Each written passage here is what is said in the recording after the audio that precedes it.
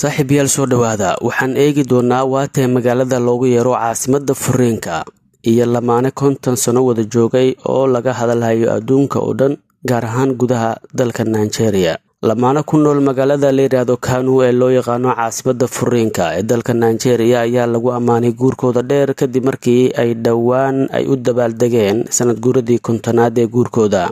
Maxamuud Kabiir Yuusuf iyo sidoo kale Rabitu Tahir ayaa BBC-da ugu waramay sirta farxadooda iyo sababta guurka badan ee uu fashilmo magaalada waqooyiga ku taala Nigeria ee la yiraahdo Kanu. Muuqaalka ay arintan ay ugu sharaxayaan ayaa falcelin badan ay ka soo gudbiyeen bulshadii daawatay.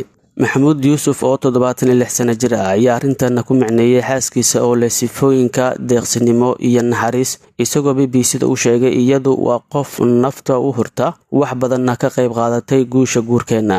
Markii weerahan ay afkiisa ka soo baxayeen Yuusuf, xaaskiisa Tahir ayaa waxaa ka muuqatay farxad. Hadda Tahir waa da'da 60-meeyada, iyadoo qudheedu waxa ay ninkeeda ku amaantay dulqaad iyo adkaysi marka dhibaatooyin ay soo wajahaan dhammaan qoyska Maxamuud iyo Tahir waxa ay leeyihiin 13 ilmood. Intii uu wareysiga socday, labadan lamaane ayaa doosha ka quslayay iyagoo sheegay in ay isjecel yihiin oo ay is-ixtiraamaan, sidoo kalena midba midka kalena uu ku indhaqabowsado. Xasna Maxamuud waa 39 sano jir, waxaa la furay 5 jeer. Waxa la yaab ku ah qoyskan waxay sheegtay in ay la dhacsan tahay lamaanahan iyo sida ay raali isaga yihiin noloshooda. Dhammaan guurkaygii waxaan kaliya 4 sano la qaatay hal nin. Waxa la yaab ay igu noqotay markaan ka arkay baraha bulshada iyagoo u dabaaldegaya guushan weyn. Waxaan dareemayaa murugo markaan maqlo dadka ugu yeera Kanu caasimadda Furiinka ee Nigeria. Waxaan rajaynayaa in ay wax isbedeli doonaan, ayay tiri Xasna. Dhammaan nimankaygii waxay ahaayeen kuwa naxariis badan oo i daryeeli jiray muddada ballanka, laakiin waa isbedeleen arooska kadib, ayay raacisay hooyadaas dhashay 4 caruur ah. Magaalada Kanu waxaa loogu yeeraa magacan kadib markii uu heerka furiinka gaaray meel sare. 90-meeyadii magaaladana ma helin in sumadaas laga tirtiro.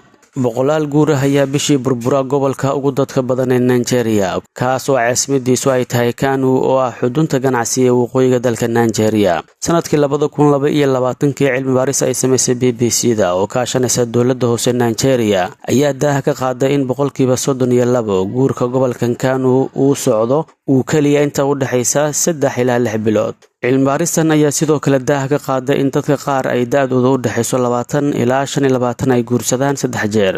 Baaxadda go'doominta ayaa ah mid walaac leh, gaar ahaan Xisba oo ah hay'ad Islaami ah oo ay maalgeliso dowladda Kanu, una qaabilsan arrimaha akhlaaqiyada iyo sidoo kale fulinta shareecada Islaamka ee gobolka.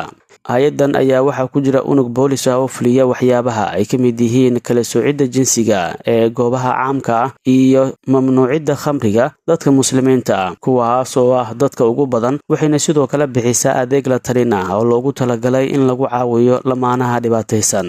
Safaf dhaadheer oo dumar ah ayaa inta badan la arkaa iyagoo safaf ugu jira bannaanka xafiisyadooda, iyagoo ka cabanaya in raggoodii hore aysan ka caawin in ay masaruufaan carruurtooda.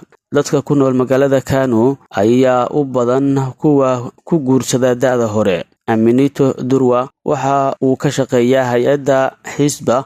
Waxa uu sheegay in si wax looga qabto furiinka faraha badan ay tahay in lamaanayaasha la siiyo fursad labaad iyo in si wanaagsan loogu diyaariyo nolosha guurkooda. Hay'addu waxay qabanqaabisaa guur wadareed oo loo yaqaano Orin Zuwarwanka. Inta badan dadka iska guursada ayaa isfura. Waxa kale oo ay siisaa kuwa dhawaan guursaday qadar yar oo dhaqaale si ay uga caawiyaan abuurista ganacsi iyo sidoo kale iibsashada alaabaha guriga ee asaasiga. Dadaalkan waxa uu bilaabmay 2022, haddana Darwa waxa uu qirtay in heerka furiinka uu weli aad u sareeyo. Dhibaatooyinkan waanu ka warhaynaa, waana sababta aanu u sameynay guddi dabagal ku sameeya lamaane kasta markay isguursadaan si aanu u helin natiijo la mid ah tii hore, ayuu yiri ninkan. Laakiin Hadiza Ado oo ah agaasimaha NGO-ga haweenka iyo dhallaanka ayaa sheegtay in tirada furiinku ay aad u sii kordhayso. Waqtiga xaadirkan waxaa xafiiskeena kala duwan aanu ka helaynaa ilaa 30 codsi oo guura maalintii, ayay u sheegtay BBC-da.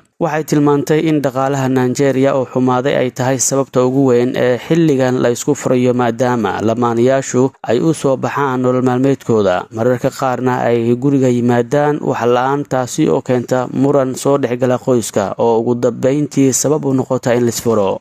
Cabdullaahi Isaaq oo ka mid ah culimada Islaamka ayaa difaacay arrintaas isagoo BBC-da u sheegay Islaamku waa naxariis badan yahay oo guurka iyo furiinka ayaa ka dhigay mid adag si aysan dadku u dareemin xanibaad marka ay xaaladdu wanaagsan tahay. waagii hore ma aanan arkayn furiinka badan maadaama waalidkeen ay isqabeen muddo 10 sano. Dhawaanahan dadku waxay bilaabeen in ay nidaamkan ay ku xadgudbaan iyagoo fiirinaya dana gaar ah ayuu yiri. Laakiin xurahan si ka duwan diimaha qaarkood oo u arka guurka inuu yahay xukun dil ah iyaga oo aan loo eegin xaaladda. Islaamku waxa uu fasaxay furiinka marka ay arrimuhu faraha ka baxaan. dhankiisa Yuusuf oo u shaqayn jiray Nigeria Airways ayaa ku micneeyay in ay wadaagaan dhibka nolosha iyo iskaalmaynta ay muhiim u tahay wada shaqaynta joogtada ah ee uu la leeyahay Tahir. jacaylka sidoo kale waa furaha nolosha sababtoo ah marka si dhab ah aad isu jeceshihiin waxaad u jeertaan in aad isla joogtaan.